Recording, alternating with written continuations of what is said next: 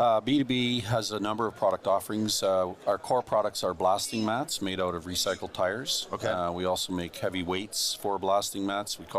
Every one of our products has an animal theme name to it. So we have the Armadillo mat, the the gorilla weight, the Rhino mat, the elephant mat, et cetera, et cetera. So on our website, everything is pretty much animal themed.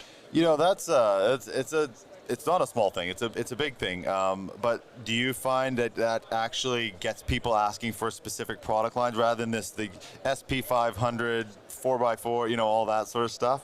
Yeah, it actually does. It took us a long time to brand our products so that people would be calling in and asking for a Rhino versus an Armadillo versus a gorilla versus an elephant. And the reason that we changed our branding is that a lot of customers would call in and they'd say, I need a blasting mat, but they wouldn't actually know what they wanted. So the buyers were calling and they didn't know what the tech spec was that they were looking for. So we decided early on that we were going to start rebranding the products from a tire mat, because they're all made out of tires. So all the blasting mats are made out of recycled tires, but we have different brands for different types of mats, and they're all pretty much the same form factor. However, they have different weights, different pressures, different capabilities, and different applications that they can be used in, and not just in blasting. So they definitely are for mining, but they can also be used in other applications. Yeah, we definitely want to get into the cross sort of your industry reach. Again, into the U.S. and things like that. Just before we go into that, what's your background in the industry? Where do you come from?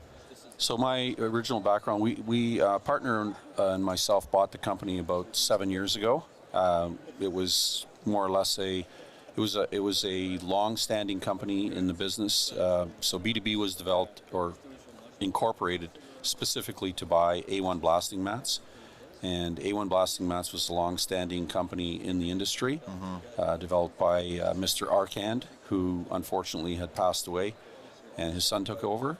And when his son had the company for about 12 years, we found didn't really have a passion for it, but he's still a great guy, and we went along and bought the company from him, and then we started going from there. Right. So